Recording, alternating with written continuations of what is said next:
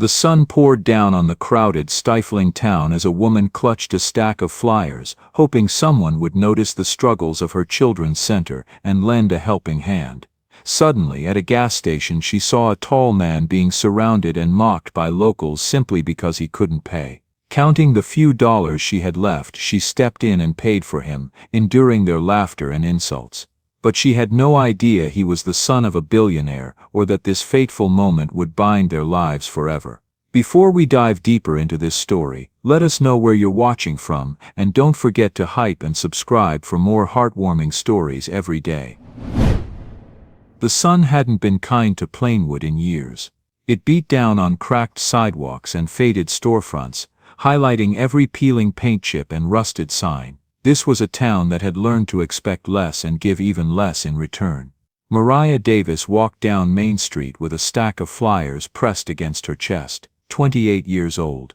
But the weight she carried made her feel older. Her sneakers were worn thin at the heels, and her jacket, once navy blue, had faded to something closer to gray. She stopped at Miller's Hardware first. "Mr. Miller," she held out a flyer. "We're having a community day at Brighthaven next Saturday. Free lunch, games for kids. Not interested." He didn't look up from his register. "It's just I said no." His eyes finally met hers, cold and final. "That place brings nothing but trouble." Mariah's hand dropped to her side. She'd heard variations of this sentence 17 times today. She nodded once and turned to leave. "Those kids," Miller called after her. "They're not our problem." The bell above the door chimed as she stepped back into the heat. At the diner, Mrs. Patterson took the flyer just to crumple it up the moment Mariah turned her back. At the church, Reverend Stone said they'd pray about it in a tone that meant no. At the dollar store, the manager actually laughed. "You're wasting your time, honey. This town doesn't want what you're selling." By 4 o'clock, Mariah stood at the edge of town where Main Street turned into County Road 17. The highway stretched ahead, cutting through brown fields that hadn't seen a good crop in a decade. It would be so easy to keep walking, to just go. But she thought of Jaden, who still had nightmares about the night his mother didn't come home. Of Mira, who counted the canned goods every morning to make sure there was enough. Of Trey, who was 9 years old and already knew what it felt like to be unwanted. She turned around and walked back toward Brighthaven. The sun was setting when Mariah pushed open the gate. The house sat at the end of Elm Street, powder blue paint that had turned gray in patches, a roof that leaked in 3 places, and a yard that was more dirt than grass. Someone had nailed a hand-painted sign above the door, Brighthaven. The screen door banged open and Jaden came running out. "Miss Mariah, Miss Mariah, Trey said you weren't coming back." He was 7, all knees and elbows with a gap between his front teeth. Mariah caught him as he launched himself at her waist. "I always come back," she said quietly. "I told him," Jaden said, pulling back to look up at her. "I told him you always come back." Inside, the house smelled like whatever Mrs. Rodriguez from 2 streets over had dropped off, some kind of bean soup, probably. The living room furniture was a collection of donated mismatches, a couch with duct tape holding the armrests together, plastic chairs from somebody's yard sale, a coffee table with 3 legs and a stack of books under the 4th corner. Mira stood in the kitchen doorway, 11 years old, wearing a t-shirt 3 sizes too big and an expression 3 years too serious. "We got 6 cans of soup today," she reported, "and someone left bread on the porch. It's the cheap kind, but it's not moldy." "That's good," Mariah said. She set down her stack of rejected flyers. "That's real good, Mira." "Is it enough?" The question hung in the air. Mira was asking about more than just food. "It's enough for today," Mariah said. It was the only honest answer she had. Dinner was the soup stretched with water and the bread toasted to hide how stale it was. There were 8 kids around the table tonight, the usual 6 plus 2 new arrivals from last week, brothers whose grandmother had died and left them with nowhere to go. Trey, the oldest at 9, divided everything into equal portions without being asked. He'd learned early that fairness mattered more than fullness. After dinner, Mariah sat at the desk in what used to be a dining room. The bills were stacked in order of urgency: electric red notice, water final warning, property tax overdue. Her checking account had $247 in it. The electric bill alone was $190. Her phone rang. The county assistant's office. Miss Davis, I'm calling about your application for emergency food assistance. Mariah sat up straighter. Yes, I'm afraid we can't approve it at this time. Our budget for this quarter has been allocated to programs with broader community impact. Broader community impact, Mariah repeated slowly. There are 8 children here who need. I understand your frustration, but the decision is final. You're welcome to reapply next quarter. The line went dead. Mariah set the phone down carefully. Through the doorway, she could hear Jaden laughing at something on the donated TV that only got 3 channels. The sound should have made her smile. Instead, it made her want to cry. She walked out to the front porch and sat on the steps. The night air was finally cooling down. From here she could see 3 streetlights that actually worked and the dark shapes of houses where people had pulled their curtains tight against the world. She opened the folder in her lap, grant applications she'd been filling out for weeks. Every one needed references, community support letters, proof of impact. Every one required things she didn't have because Plainwood had decided Brighthaven wasn't worth supporting. A car passed, slowing down to look at the house. Mariah recognized the driver, Councilman Harris, whose campaign sign still dotted the town 6 months after the election. He didn't wave. She closed the folder and pressed her forehead against her knees. Please, she whispered to no one in particular. Please just let me keep them safe. Inside, someone turned off the TV. Footsteps crossed the floor above her, kids getting ready for bed in a house that might not be theirs much longer. Mariah stayed on the steps until the last light went out. Then she sat there a while longer, trying to figure out how to make $247 stretch until the end of the month. 20 miles outside Plainwood, at a gas station that had seen better days, Ethan Wallace stood next to a red Ducati motorcycle and patted his pockets for the 3rd time. Nothing. He was 33, wearing jeans that had cost more than most people's rent and a leather jacket that was genuinely worn from travel, not purchased that way. 3 weeks of riding had left him sunburned and exhausted, and somewhere between yesterday's motel and this morning's diner, both his wallet and his phone had disappeared. He checked the saddlebags again, empty. He'd stopped for breakfast at a truck stop, left everything on the table while he used the restroom. When he came back, his wallet was gone. His phone must have fallen out of his pocket somewhere on the road after that. That'll be $42, the attendant said. He was maybe 60, with arms like tree trunks and a face that said he'd dealt with problems before. Ethan looked up. I had it this morning. My wallet and phone, they're gone. I think someone took them at the last stop. Sure they did. A woman had appeared from the station office. She crossed her arms. Dave, we got a problem here. Look, I can give you my name, my father's company information, if you just let me call someone. You don't have a phone, Dave said slowly. Can I use yours, please? Just one call. I can prove who I am. The woman laughed. Let me guess, you're secretly rich and this is all a big misunderstanding. Actually yes, Ethan knew how it sounded.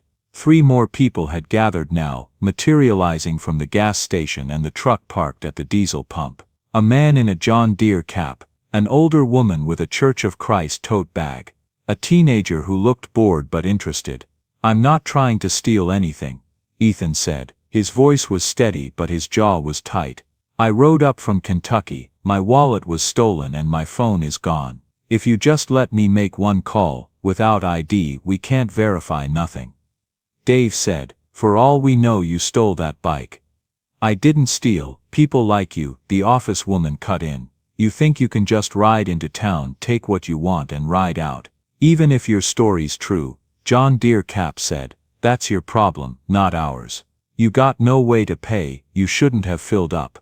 Ethan's hands curled into fists.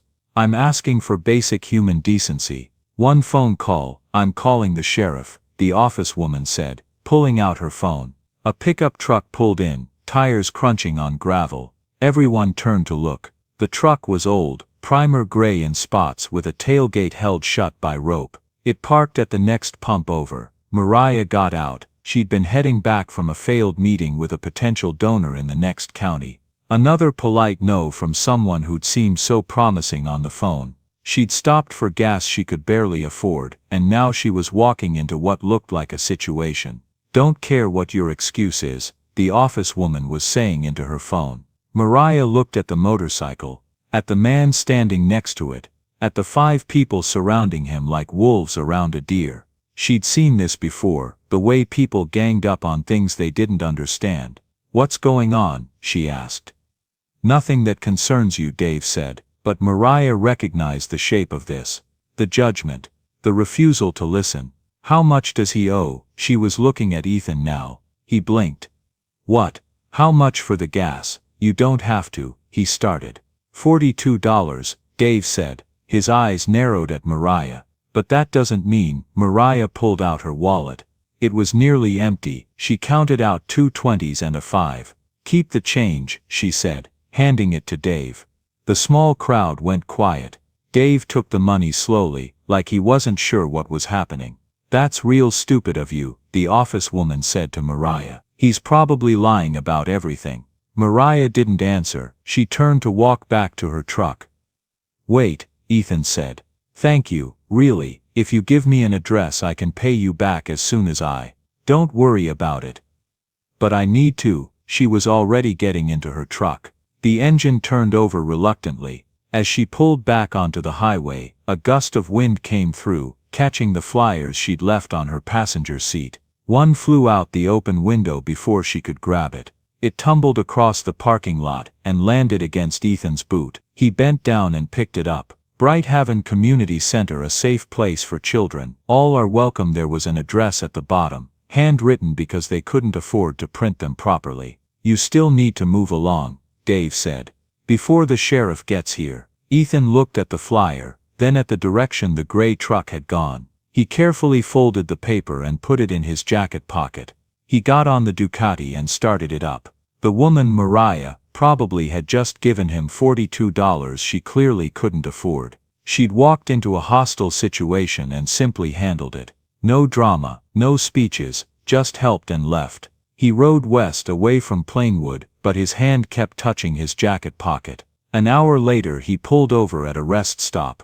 There was a payphone, one of the few still working. He'd need coins, which he didn't have, but a trucker took pity on him and gave him quarters. Ethan called his father's office. Got voicemail. Called the corporate line. Finally reached someone who could verify his identity and arrange for emergency funds and a new phone to be sent to a Western Union in the next town. 2 days later, with money and a phone and a replacement credit card, Ethan stood at a crossroads. He could head back east, back to his father's world.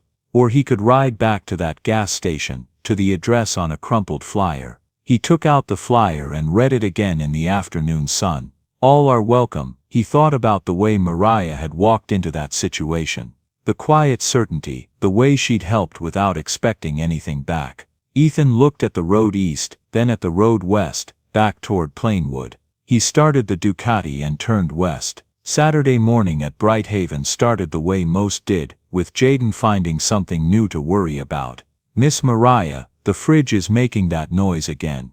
It was a grinding, coughing sound that said the compressor was dying. Mariah added it to the mental list of things that needed fixing and money she didn't have. The kids were in the yard. Mira was showing the 2 brothers, Marcus and Deshaun, where the good toys were kept, which meant the stuff that wasn't completely broken. Trey was trying to fix a bike chain with a butter knife because they didn't have the right tools. It was almost peaceful, then they heard it. The sound rolled down Elm Street like thunder, a deep, powerful growl that made windows rattle. Every kid in the yard went still. "What is that?" Marcus whispered. The Ducati came around the corner, red and chrome catching the morning sun. It pulled up to the gate and the engine cut off, leaving a silence that somehow felt louder than the noise. Ethan took off his helmet. The kids had backed up against the porch.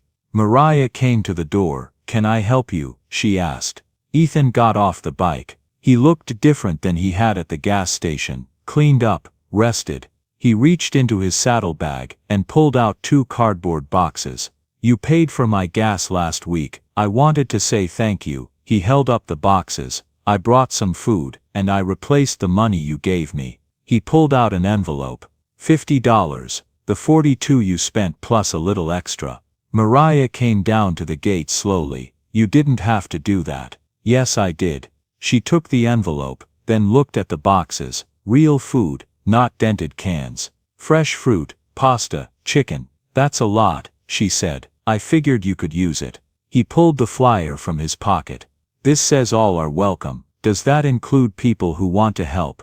Mariah studied him. She'd been disappointed before, been promised help that never came. Help how? However you need. I can fix things, build things. I'm pretty good with my hands. Why, what? Why do you want to help? Ethan thought about it. Because someone needs to, and I've got time. It wasn't the whole truth, but it was true enough. Mariah opened the gate. You can bring those inside. But I need to be clear, if you're here to make yourself feel good and then disappear, you can leave now. These kids have had enough people leave. I understand. The boxes had real food in them, things Mariah hadn't been able to afford in months. The kids watched from the doorway as Ethan set everything on the kitchen counter. Miss Mariah, Jaden whispered. Is he staying? Just visiting, Mariah said. Say thank you for the food. A chorus of thank yous followed. Ethan looked uncomfortable with the attention. I noticed your back gate is hanging off, he said.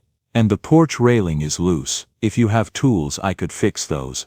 We have some tools, not many. I can work with what you've got. By noon Ethan had fixed the gate, tightened the porch railing, and helped Trey with the bike chain. The kids had warmed up slightly. Jaden kept asking questions about the motorcycle. Can I sit on it? Not today, Ethan said.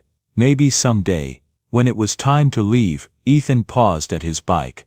Can I come back? There's more work I could help with. Mariah hesitated. Why would you want to? Because this place needs help. And I'm available. For how long? The question landed between them. How long until you get bored? How long until you remember you have better things to do? As long as you'll let me, Ethan said simply. Mariah gave the smallest nod. Tuesday, if you're serious, come back Tuesday. As he rode away, Mira watched from the window. He'll be back. Maybe, Mariah said. She didn't let herself believe it. But Tuesday came, and so did the red Ducati, and Thursday, and the next Tuesday. After 3 weeks, Ethan was showing up 4 times a week. He brought supplies, fixed the roof leaks, got the hot water working properly. He didn't talk much while he worked, and he didn't ask personal questions. That was what made Mariah start to trust him. 4 weeks after the Ducati first appeared on Elm Street, Ethan was patching drywall in the hallway when he noticed something. Every kid at Brighthaven was black. He'd been focused on the work, on being useful, on not asking too many questions. But now he looked around and saw what he'd somehow missed. Jaden, Mira, Trey, Marcus, Deshaun, and the 3 newer kids, all black children in a town that was mostly white. That afternoon, he and Mariah were on the porch. The kids were inside doing homework. Ethan had been quiet all day. Can I ask you something? He finally said. You're going to anyway. All the kids here, they're all black. Mariah's shoulders tensed. Yeah, the other centers in the county, they're mixed, different backgrounds. But here, he stopped. I'm not trying to, I just want to understand. Mariah was quiet for a long time. Inside someone laughed. Probably Jaden. You know Patterson Heights? She asked. About 2 miles east. The empty lot. It wasn't always empty. 5 years ago, it was a neighborhood. Mostly black families, some Latino. Poor, but people had homes. Then the county decided they wanted to build a new shopping center. Her voice was flat.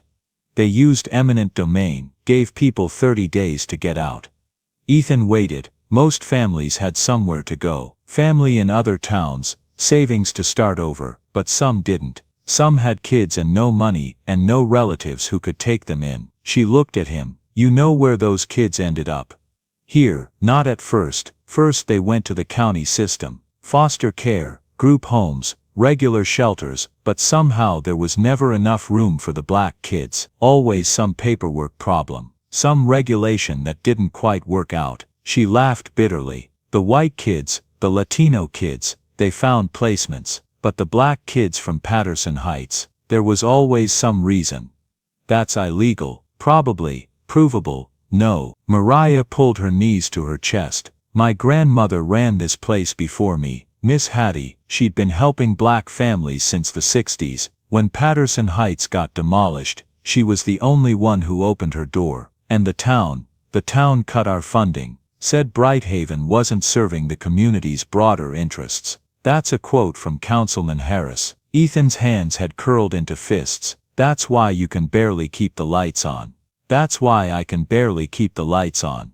She agreed. Other centers get county funding, state grants, private donations. We get whatever I can scrape together. She looked at him directly. So yeah, all our kids are black. Not because I want it that way, because nobody else wanted them at all. The sun was setting. It was beautiful, and it made Ethan angry that something could be beautiful while this kind of injustice existed. I had no idea, he said quietly. Most people don't, or they don't want to know. She went inside. Ethan sat there until the stars came out, thinking about his father's real estate empire, about all the developments and demolished neighborhoods, about children who'd been systematically rejected. When he stood up, he knew he wasn't just going to fix the roof anymore. He was going to make sure Brighthaven survived. The rumors started small. Anyone know about the guy on the red motorcycle hanging around Brighthaven? By the next morning it had grown. At the diner, Councilman Harris held court in his usual corner booth with Sheriff Morrison and 2 other council members. It's irresponsible, he said. That Davis woman brings in some drifter, and we're supposed to just accept it. Has he done anything illegal? Morrison asked.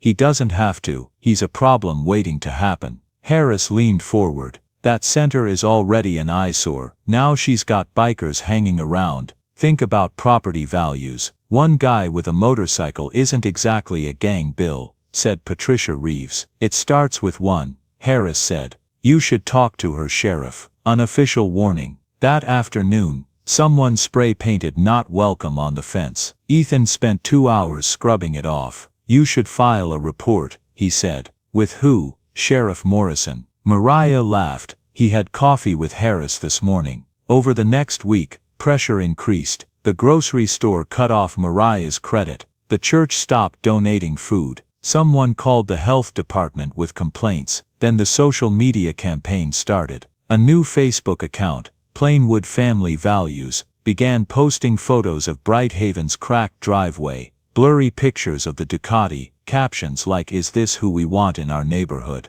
Harris called an informal town hall meeting. 50 people showed up. We need to talk about the direction our town is heading, he began. We have limited resources, and we have to ask ourselves, are we using those resources wisely? He didn't mention Brighthaven by name. He didn't have to. We have to ask whether we can afford that nobility, Harris said. Whether it's fair to taxpayers to support a facility that serves people from outside our community. Those are children, Patricia Reeves said. Patterson Heights isn't Plainwood, never was. The meeting went on for an hour. By the end, half the room was nodding along with Harris. Ethan watched from the back. He saw how Harris worked, never saying anything actionable, just painting pictures that let people fill in their own prejudices. When it was over, Ethan followed Harris to the parking lot. Councilman Harris. Harris turned. Can I help you? I'm staying at Brighthaven sometimes, helping with repairs. Harris's expression changed. The motorcycle guy. Ethan Wallace. Well, Mr. Wallace, I hope you'll understand that this town has legitimate concerns about 8 kids who've done nothing wrong. I don't appreciate your tone, and I don't appreciate racism dressed up as fiscal responsibility. Harris stiffened. I think you should leave. I'm not going anywhere. Ethan walked away. Behind him, Harris made an angry phone call. That night, Mariah was on the porch when Ethan returned. You went to the meeting, she said. Mrs. Rodriguez texted me, said you nearly fought with Harris. I might have made things worse. You definitely made things worse. She patted the step. Sit down. They sat in silence, listening to crickets. Thank you, Mariah said finally, for making things worse, for caring enough to try. Over the next week, things got worse in calculated ways. The grocery store called to say they couldn't extend Mariah's credit. No explanation. The church that had been donating food suddenly had budget constraints. The health department inspector found 3 minor violations that had never been issues before. Then the social media campaign intensified. Plainwood family values posted regularly, photos implying danger, questions about where your tax money goes. Harris was smart. He never did anything directly, just made comments at the diner, shared posts with concerned emoji reactions, asked pointed questions at council meetings. I'm hearing concerns about increased traffic on Elm Street. I'm hearing we might want to review zoning for that area. Each comment was a stone thrown into still water, ripples spreading outward. One evening, Ethan was at the hardware store when he overheard 2 men talking. Told my wife to keep the kids inside when that motorcycle goes by. I heard he's got a record. Ethan walked around the corner. Both men stopped talking. I don't have a record, Ethan said calmly. I've never been arrested, and I'm standing right here. One man muttered and walked away. The other stood his ground. Maybe you should consider how this looks. A guy like you at a place like that. Watch yourself, the man said, then left. That night at 2 a.m., Ethan let himself into Brighthaven with his key. He found Mariah at the kitchen table with papers spread out. Worst case scenarios, she said, if they shut us down, where the kids can go. They're not shutting us down. Ethan, you can't just will this into working out. Harris has the council, public opinion, time and resources. Her voice cracked. And we have $42 in the bank. $42, that's what you paid for my gas. It's not funny, I know. He sat across from her. Let me help, really help. I have money, Mariah. A lot of it. No. You didn't let me finish. I know how this goes. You throw money at the problem, feel better, then what? Harris finds another way. And when you're gone, because eventually you will be, we're right back here. I'm not going anywhere. Everyone says that. There was the wall again. The one built from too many disappointments. What do I have to do to make you trust that I mean it? Mariah was quiet. I don't know if you can. They sat in the dark kitchen, only the clock ticking. There's a town hall meeting in 10 days, Mariah finally said. Harris is pushing for an official review of Brighthaven's status. If the council votes yes, we'll be investigated. They'll find something, they always do. And that'll be the end. Then we need to make sure they vote no. How? Ethan didn't have an answer yet. But he was forming one. The next day he made a phone call to his father's attorney. Marcus, it's Ethan. I need you to investigate someone. Councilman William Harris in Plainwood. Every property deal, every vote, every donation. I want to know if he's as clean as he pretends. This isn't like you, Ethan. I know. Do it anyway. 3 days before the town hall meeting, everything exploded. It started at dusk. The kids were inside finishing dinner. Mariah was washing dishes. Ethan was outside fixing the porch light. He heard them before he saw them. Voices, loud and getting louder. 6 young men turned onto Elm Street. Ethan recognized 2 from the hardware store. There he is. The biker boyfriend. Mariah appeared at the door. Ethan, stay inside. Hey. The leader, a kid with a patchy beard and Carhartt jacket, stopped at the gate. We're here to have a conversation. About what? Ethan walked to the gate but didn't open it. About you leaving. About this place closing down like it should have years ago. Behind them, Ethan could see curtains moving in neighboring houses. People watching. Nobody helping. You need to leave, Ethan said quietly. We need to leave. Patchy Beard laughed. We live here, we belong here. You're the one, please. Mariah had come down the steps. Just go. We don't want trouble. Your trouble started when you decided to make Plainwood your personal charity case. Those are children in there. Mariah said. Those are leeches, Patchy Beard shot back. The group was getting agitated, feeding off each other. Someone kicked the gate. Inside, Ethan could see small faces pressed against windows. Last chance, Ethan said, his voice cold. Walk away. Or what? Then Patchy Beard picked up a rock from the driveway. Baseball-sized with rough edges. Hey. Ethan moved toward the gate. Patchy Beard threw it. Not at Ethan. At the house. At the windows where the kids were watching. A car had pulled up. Ethan hadn't noticed in the chaos. A man had gotten out with his son. A boy maybe 8. They'd been walking past, curious. The rock's path shifted in the wind. Now it was heading toward the boy. Mariah moved. One moment she was on the porch, the next she was launching herself off the steps, arms outstretched, body between the rock and the child. The impact made a sickening thud. The rock caught her between the shoulder blade and spine. She went down hard, wrapping herself around the boy as she fell. Everything stopped. The boy was screaming. His father was screaming. The group of young men stood frozen. Ethan vaulted the gate. He reached Mariah in 3 steps. "Are you okay? Can you breathe?" She was gasping, tears streaming, but still had her arms around the boy. "Is he okay? Did it hit him?" "He's fine. You got him." The boy's father was pulling his son away, checking for injuries. "I'm so sorry, we were just walking." Patchy Beard and his friends had backed up. "We didn't mean it wasn't supposed to get out." Ethan roared, "Get out before I have you arrested." They scattered into the darkness. Neighbors were coming out now. Someone was calling 911. Mrs. Rodriguez appeared, running faster than seemed possible. "Mija, don't move. The ambulance is coming." "The kids," Mariah said, trying to sit up. "Someone needs to stay with the kids." "I'll stay," Mrs. Rodriguez said. "We'll take care of them." The boy's father stood, his son in his arms. He looked at Mariah, then at the gathering neighbors. "I saw everything," he said loudly. "She saved my son. That woman saved my boy's life." Sirens were approaching now. Sheriff Morrison arrived first, followed by an ambulance. "What happened here?"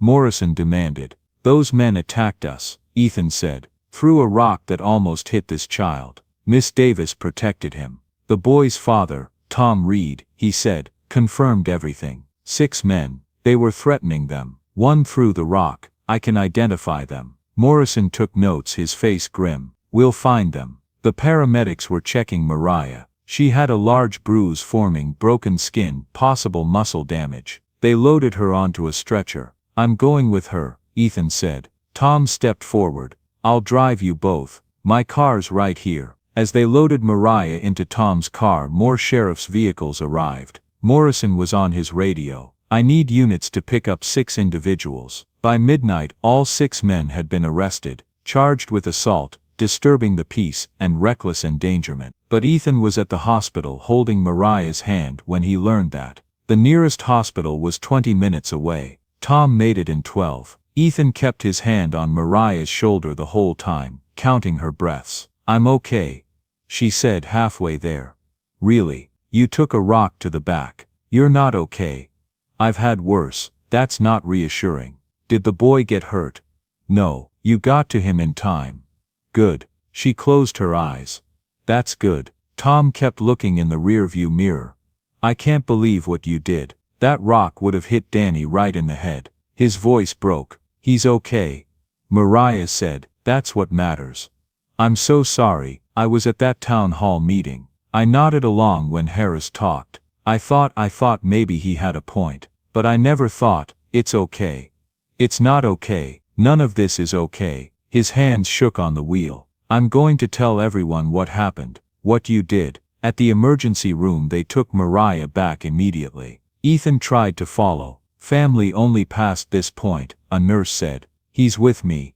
Mariah called from down the hall. The nurse relented. They x-rayed her back. No fractures but severe contusion and possible muscle damage. They cleaned and bandaged the cuts, gave her pain medication. "Scale of 1 to 10, how's your pain?" the doctor asked. 8, Mariah admitted. "You need to rest for at least a week. No lifting, no strenuous activity. I have 8 kids at home. Rest isn't really an option." "Those kids at Brighthaven." The doctor paused. "My wife donated clothes there last year. What you do, it matters. Make sure she actually rests," he told Ethan. While Mariah was being bandaged, Ethan stepped out to make calls. First, Mrs. Rodriguez. "How are the kids?" "Scared but okay. Patricia's here, and Father Miguel came by. We've got them settled.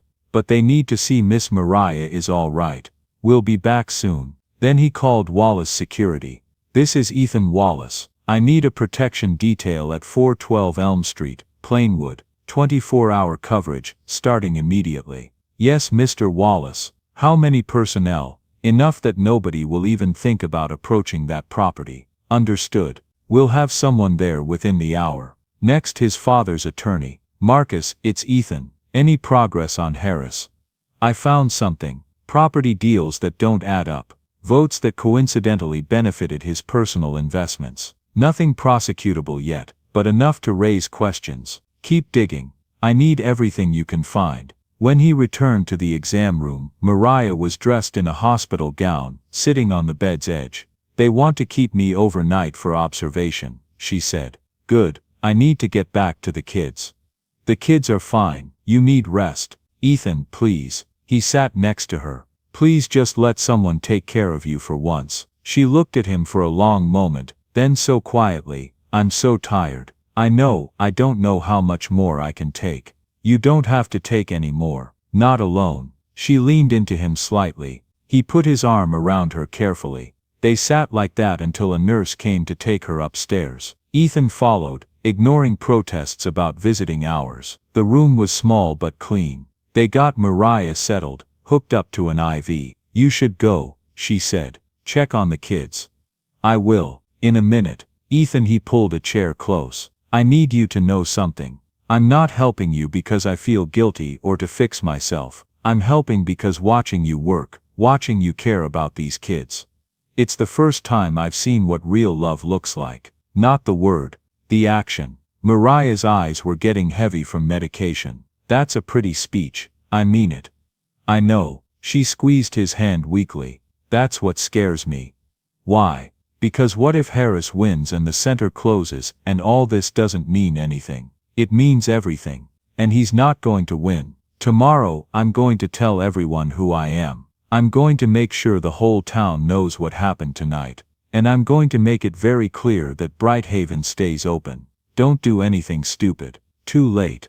But she was asleep before he could say more. Ethan sat there watching her breathe, making promises to himself about what came next. His phone buzzed. Wallace Security, team in place at Brighthaven. Property secured. Another text from Marcus. Found more on Harris. Call me. Ethan looked at Mariah's sleeping face. For 3 weeks he'd been running from his father's world. But maybe the point wasn't to run. Maybe it was to use that power for something that mattered. He stood up, walked out of the hospital, and started planning. Mariah woke to sunlight, and Ethan asleep in the chair beside her bed. He was folded uncomfortably, head tilted at an angle that would leave him hurting. She tried to sit up, everything ached. Don't. Ethan's eyes opened. Doctor said stay flat. How long have you been there? What time is it? 7 a.m. About 8 hours then. He stretched, wincing. The kids are fine. I checked in with Mrs. Rodriguez at midnight, and again at 6. Father Miguel spent the night at the house. You didn't have to stay. Yes, I did. A nurse brought breakfast. While Mariah picked at bland oatmeal, Ethan told her about the security team. You what? 24-hour protection. Stationed at the house. Nobody's getting close without permission. Ethan, that must cost. I don't care what it costs. She set down her spoon. You keep saying that. But I need to know what's your situation, really. Because if this is money you don't have, I'm not going into debt. He took a breath. My father is David Wallace, Wallace Development Corporation. Hotels, apartment complexes, commercial real estate across 3 states. Mariah blinked. Wallace as in there's a Wallace Hotel in Denver. 4 of them actually. Oh my God, I'm his only son. One day all of it will be mine. Whether I want it or not. He looked at his hands. That's why I left, why I was riding around. Because I didn't want to be the guy who just takes over his father's empire. So you're rich? Very. And you've been fixing our roof yourself because I wanted to be useful, not just a wallet. He met her eyes. And because I thought if you knew you'd treat me differently. Mariah absorbed this. How rich? Rich enough that I can keep Brighthaven running indefinitely. Rich enough to make sure Harris never bothers you again. I don't want your money. I know, that's why I'm offering it. There was a knock. Tom Reed and his son Danny. We won't stay long, Tom said. Danny wanted to say something. The boy stepped forward. Thank you for saving me. You're a hero. Mariah's eyes filled. You're very welcome, honey. Tom set flowers on the windowsill. I've been calling people, everyone I know, telling them what happened, what you did. His voice was thick. I stood there at that town hall and nodded when Harris talked about community values and limited resources. I let myself believe it was about being practical. He looked at his son, but it wasn't. It was about being afraid, about not wanting to see people who made me uncomfortable. He turned to Mariah. You almost died protecting my son. A kid you'd never met, and I'd been ready to vote to shut your center down. Tom. I'm going to make this right. I don't know how yet, but I will. He pulled out his phone. I hope you don't mind, but I took some video last night, after it happened, of you with Danny. Would it be okay to share it? Ethan looked at Mariah. It's your decision. Mariah thought about privacy and dignity, and kids seeing her hurt. But she also thought about Harris and truth buried under lies. Share it, she said. After they left, the doctor checked Mariah's vitals, healing well. Could go home that afternoon, if pain stayed manageable. Home to rest, he emphasized. Not home to work. When they were alone, Ethan stood. There's a town hall meeting in 3 days. Harris called it to review Brighthaven's status. I know, I'm going, and I'm going to tell everyone the truth, about me, about what happened, about what happens if they try to shut this down. Ethan, you don't have to. Yes, I do, because you can't fight this alone anymore. He sat back down, taking her hand carefully. Last night, when that rock hit you, I thought I was going to watch you die, and I realized something. He paused. I care about you, Mariah, more than I've cared about anyone in a long time. I'm not saying I'm not expecting anything. I just need you to know, whatever happens with the town or the center, I'm with you. Mariah looked at their joined hands. I'm scared of letting myself believe this is real. I know, everyone leaves. Everyone always leaves. I'm not them. He squeezed her hand gently. You're stuck with me. She laughed, but it came out shaky. You say that now, I'll keep saying it until you believe it. Just then both their phones buzzed. Tom had posted his video. It already had 40 shares. The video showed Mariah on the ground, arms wrapped around Danny. Her face, pain and fear and determination. Her asking, is he okay, before trying to sit up. Comments were rolling in. I've been so wrong about Brighthaven. How did we let this happen? This woman is a hero. Harris needs to answer for this. The view count climbed. 200, 500, 1,000. It's working, Ethan said. The truth, finally. Over the next 2 days something shifted in Plainwood. Not everything, not everyone, but enough. Tom Reed started a petition supporting Brighthaven. 50 people signed the first day. Mrs. Rodriguez organized a meal train, families volunteering to bring dinner to the center. Father Miguel gave a sermon about the Good Samaritan, about how the question isn't who is my neighbor, but to whom can I be a neighbor. The 6 young men who'd thrown the rock were charged. Their mugshots were in the local paper. Harris tried to distance himself, but people remembered his town hall speeches, his Plainwood family values posts. On the morning of the town hall meeting, Mariah was back at Brighthaven. Still sore, still tired, but healing.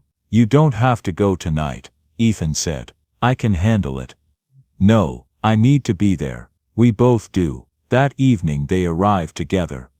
Mariah moving carefully, Ethan staying close. The room was packed. The town hall was packed beyond capacity. Mariah counted at least 100 people crammed into a room built for 70. She sat in the second row, back still aching, flanked by Mrs. Rodriguez and Father Miguel. Councilman Harris stood at the front, looking less confident than usual. The video had been viewed 5,000 times. It was on the local news. Tom Reed had done interviews. The narrative had shifted faster than Harris could control, but he was trying. I want to start by saying that what happened to Miss Davis was tragic. An unfortunate incident.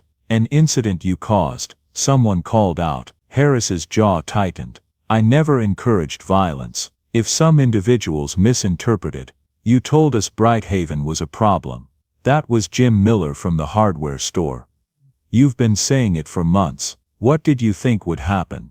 I was expressing legitimate concerns about resource allocation. The doors at the back opened. Everyone turned. Ethan walked in. Behind him were 2 men in suits, clearly lawyers. He walked straight down the center aisle, and stepped up to the front. Councilman Harris, he said.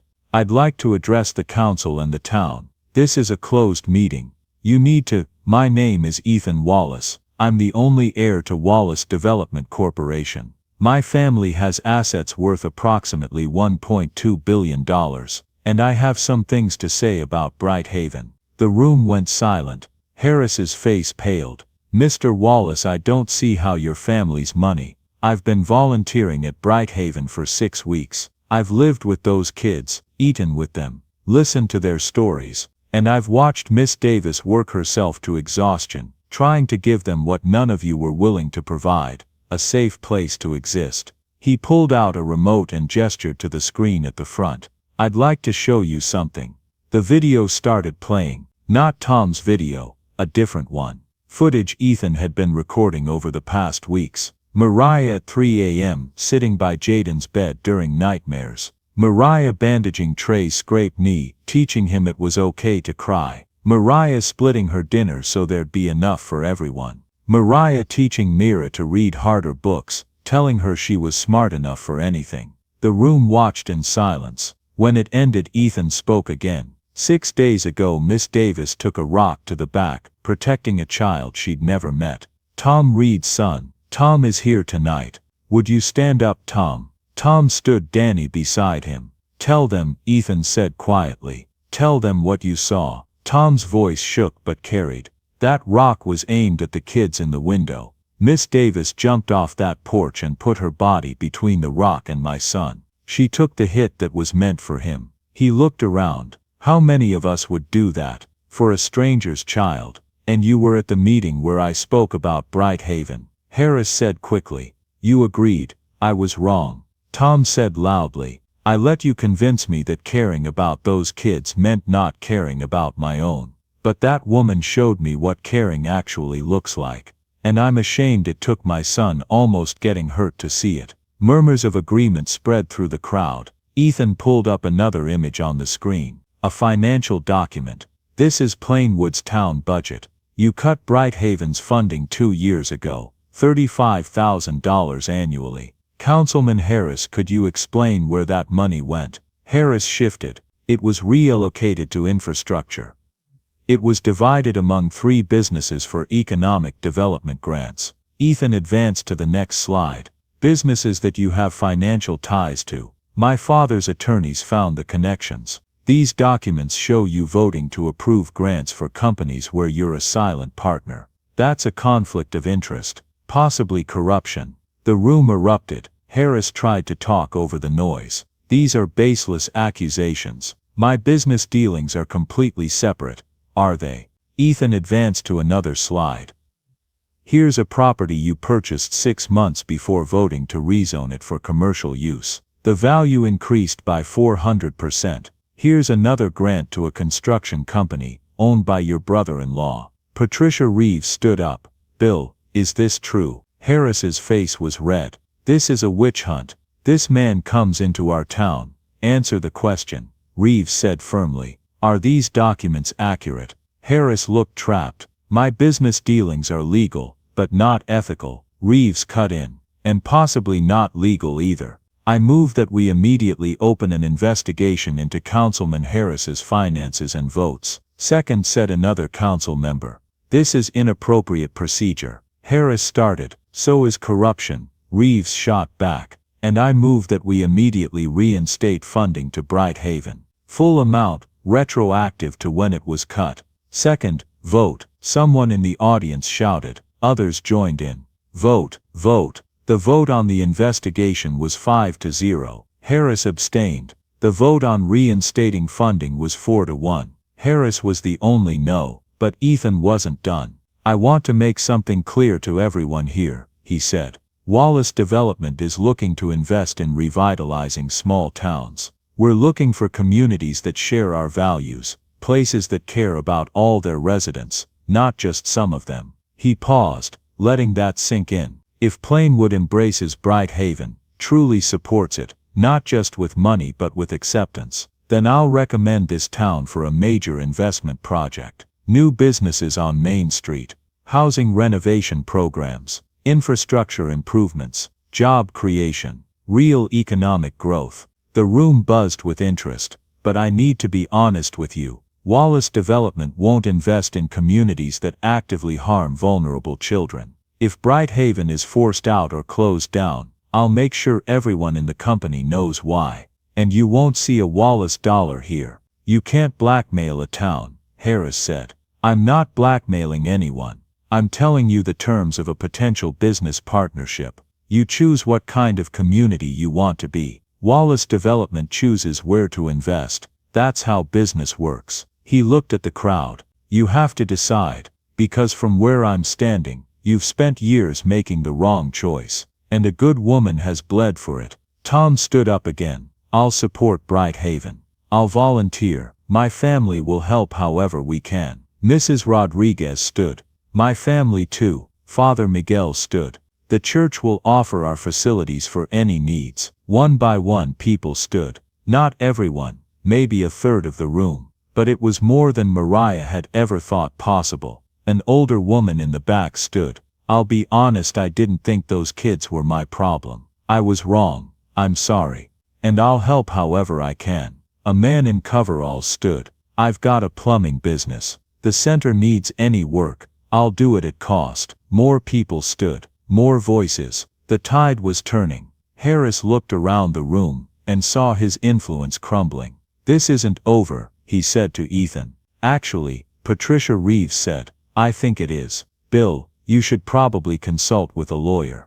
The council will be reviewing all your votes and financial dealings. Harris grabbed his briefcase and left. A few people followed him, but most stayed. The meeting dissolved into groups talking, planning, apologizing. Mariah felt hands on her shoulders. Mrs. Rodriguez, Patricia, Tom, others she didn't even know. Thank you for not giving up on us, they kept saying. But Mariah was looking at Ethan, who was being crowded by people with questions about the development investment. He caught her eye across the room and smiled. Later, outside in the cooling night air, they finally had a moment alone. You threatened an entire town, Mariah said. I offered them an opportunity with clear terms. Ethan, did it work? She laughed. Actually laughed. Yeah, it worked. They stood there, the sounds of the town hall still audible behind them. What happens now? Mariah asked. Now we rebuild. The center, some of the town's trust, all of it. He took her hand carefully. Together, if you'll let me. You really meant all that. About investing, about staying.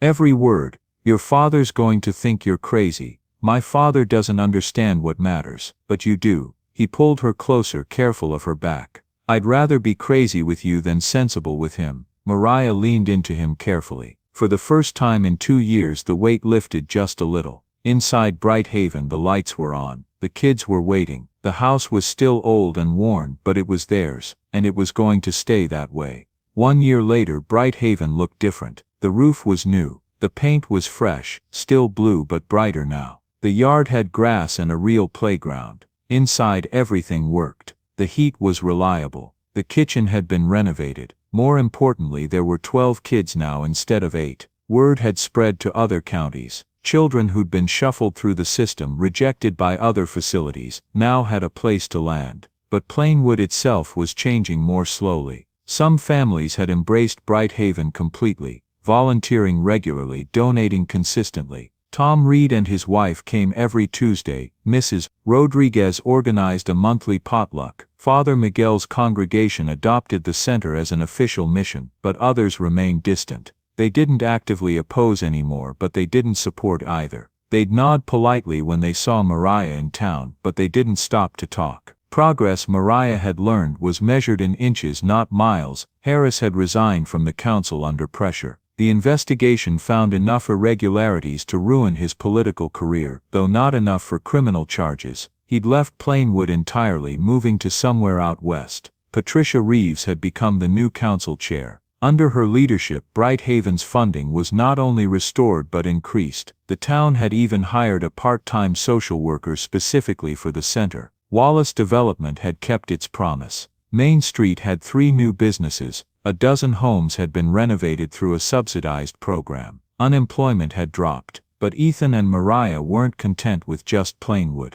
6 months after the town hall meeting, they'd received a call from a woman in Tennessee named Sharon. She ran a center for disabled children that was about to lose its funding. "I saw what happened in Plainwood," Sharon said. "I saw the video and I thought maybe someone could help us too." They drove down that weekend, spent 3 days meeting with Sharon, reviewing her situation, connecting her with resources. When they left, Sharon had hope, and within a month she had funding. Wallace Development had established a grant program specifically for at-risk care facilities. After Tennessee came Alabama, then Kentucky, Mississippi, Arkansas. They went wherever they were called to, places where children were being forgotten, where people were fighting alone against systems that didn't care. 18 months after that first town hall, Ethan and Mariah were married in the backyard of Brighthaven. Small ceremony, just the kids and the people who'd helped most. Jaden was ring bearer. Mira cried, though she denied it later. "I got dust in my eye," she insisted.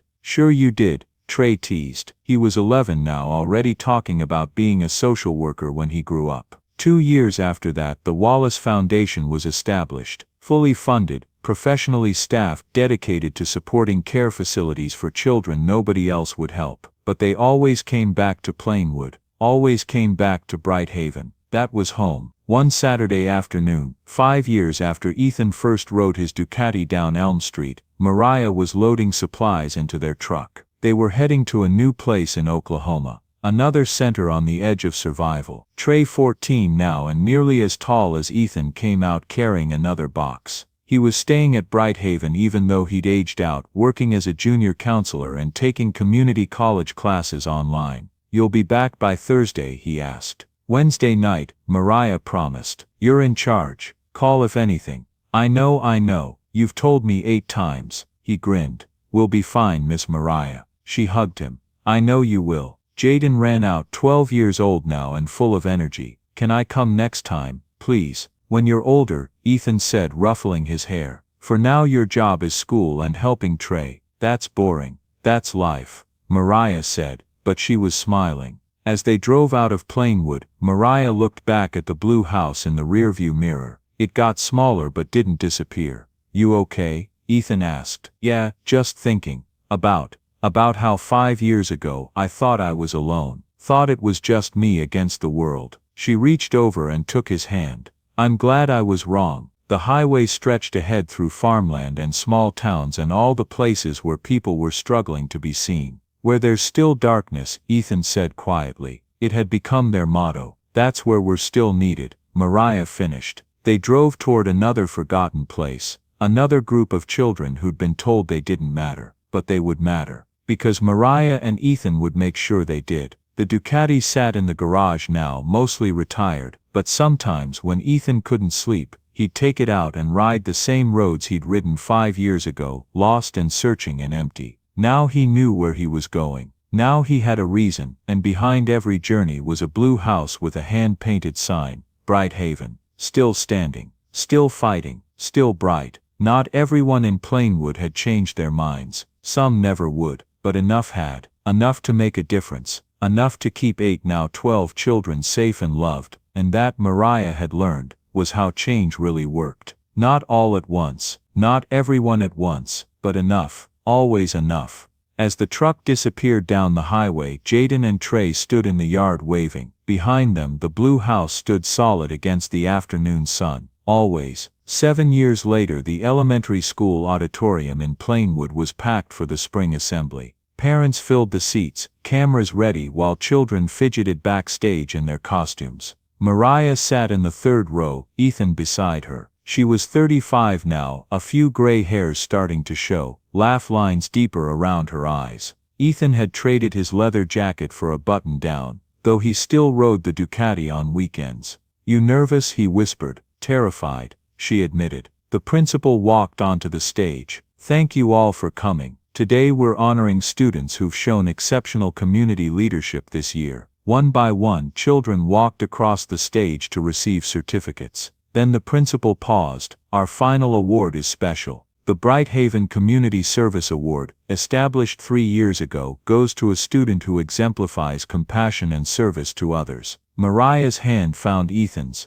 This year's recipient has volunteered over 100 hours at local care facilities. He's organized food drives, tutored younger students, and shown that leadership isn't about age, it's about heart. Please welcome Jaden Davis. Jaden walked onto the stage, 14 years old, wearing a tie that Ethan had helped him knot that morning. He'd been adopted by Mariah and Ethan 2 years ago, taking their last name proudly. He accepted the certificate, then stepped to the microphone. "I want to say something," he began, voice shaking slightly. "When I was 7, I didn't think anybody wanted me. I'd been in 3 different places and nobody kept me. Then I came to Brighthaven." The auditorium was completely quiet. "Miss Mariah, my mom now, she didn't just give me a bed, she gave me a home. She taught me that being unwanted once doesn't mean you're unwanted forever. And my dad, he showed me that sometimes the people who help the most are the ones who don't have to." Ethan squeezed Mariah's hand tighter. "So this award, it's nice, but the real award was getting to grow up at Brighthaven, was getting to see what love actually looks like." Jaden looked directly at them. "Thank you for choosing me, for choosing all of us."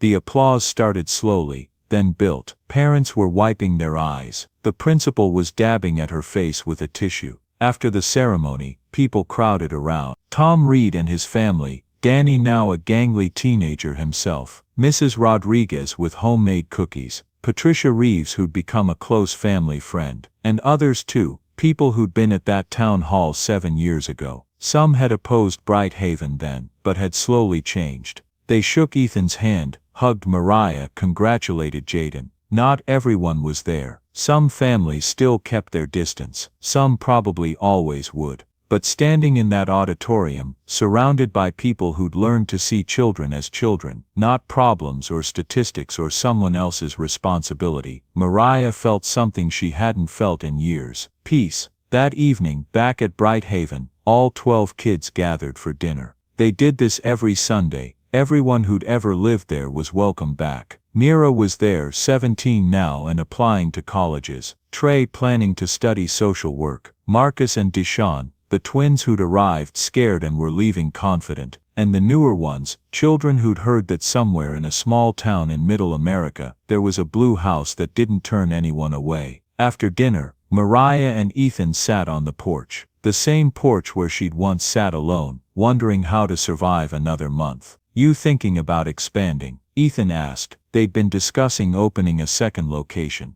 Maybe the foundation could support it. She leaned against his shoulder. "But part of me wants to keep this small, keep it personal. We'll figure it out. We always do." A car pulled up. A social worker stepped out with a small girl, maybe 6, clutching a plastic bag of belongings. Mariah stood up. She'd done this 100 times, but it never got routine. "Hi there," she said gently, walking down the steps. "Welcome to Brighthaven. I'm Miss Mariah." The girl looked up with scared eyes. "Is this where I'm staying?" "For as long as you need," Mariah said, holding out her hand. "Come on, let me show you your room. And there's still some dinner if you're hungry." The girl took her hand hesitantly. Behind them, Ethan watched from the porch. The blue house glowed warm in the evening light. Inside, laughter drifted through open windows. 7 years ago, he'd been lost on a highway, running from a life that meant nothing. Now he was exactly where he belonged. He'd learned that privilege without purpose is just emptiness with better furniture,